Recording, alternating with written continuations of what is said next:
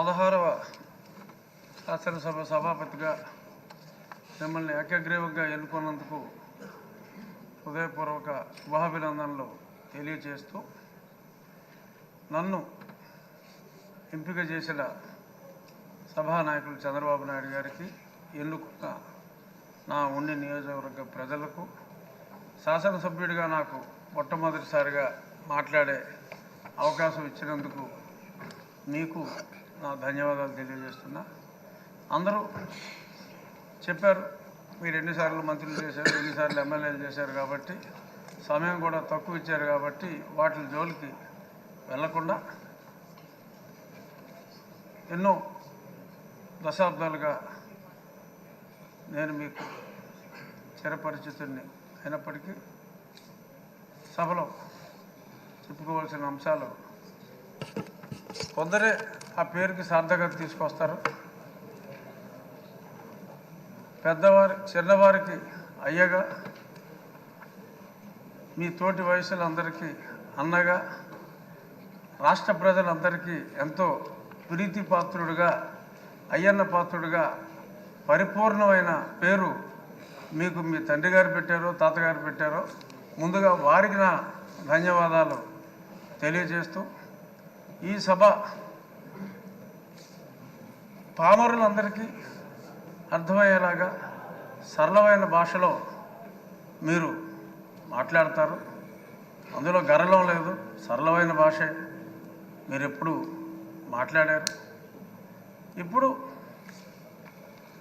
మీరు పిఆర్ కాలేజీలో చదువుకున్నప్పుడు ఒక గ్యాంగ్ లీడర్గా, రాజకీయాల్లో ఇప్పుడు ఒక మాస్ లీడర్గా, ఇప్పుడు మా శాసనసభను ఒక తరగతిగా భావిస్తే క్లాస్ లీడర్లా కాకుండా ఒక క్లాసిక్ లీడర్గా మీరు ఉంటారు అనే పరిపూర్ణ విశ్వాసం మా అందరికీ కూడా ఉంది. నిన్ననే మరి సింహంలాగా చెప్పుకునే వాళ్ళు సభకు వచ్చి వారి పేరు కూడా మర్చిపోయేలాగా పెప్ప అన్నారు. ఎందుకంటే అయ్యన్న పాత్రుడు గారిని సభాపతిగా ఎన్నుకుంటున్నారని అప్పటికే తెలిసిపోయింది కాబట్టి మరి వాళ్ళ పేరు కూడా మర్చిపోయే పరిస్థితి వచ్చింది. అంచేత వాళ్ళు ఎప్పట్లాగా అలాగే ఆ సీట్లన్నీ ఖాళీగా ఉంటాయేమో, మరి ప్రతిపక్ష పాత్ర పోషించాలి అంటే మరి పాలకపక్షంలోనే అందరికీ కూడా మీరు మాట్లాడే అవకాశం, కేవలం పొగడ్తలకే పరిమితం కాకుండా, మంత్రులకే అవకాశం కాకుండా, మాలాంటి శాసనసభ్యులందరికీ కూడా మీరు తప్పకుండా అవకాశం ఇవ్వాలి.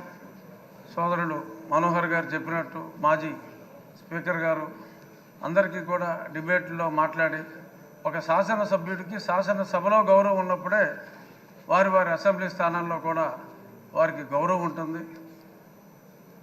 శాసనసభ్యులందరి గౌరవం కూడా మీరు కాపాడగలరు అని మనస్ఫూర్తిగా భావిస్తూ, మరిన్ని ఉన్నత శిఖరాలు ఒక రాజకీయ నాయకుడిగా, ఒక ప్రజల మనసు దోచుకున్న వ్యక్తిగా మీరు మరింత ఉన్నత శిఖరాలకి ఎదగాలని, మిమ్మల్ని మేము ఎప్పుడూ కూడా రాష్ట్ర ప్రజలు కూడా బీసీ నాయకుడిగా చూడలేదు. కొందరు నాయకులు ఇప్పుడు అన్నారు బీసీ నాయకుడు అని, కానీ ప్రజలందరి మన్నన ఉన్న అపరూపమైన నాయకుడు మా అయ్యన్న పాత్రుడు అని చెప్పి, ఒక వర్గానికి మిమ్మల్ని పరిమితం కాదు, అందరి నాయకుడు మా అయ్యన్న పాత్రుడు, అందరి పాత్రుడు మా అయ్యన్న పాత్రుడు అని చెప్తూ ఆల్ ద బెస్ట్ సార్.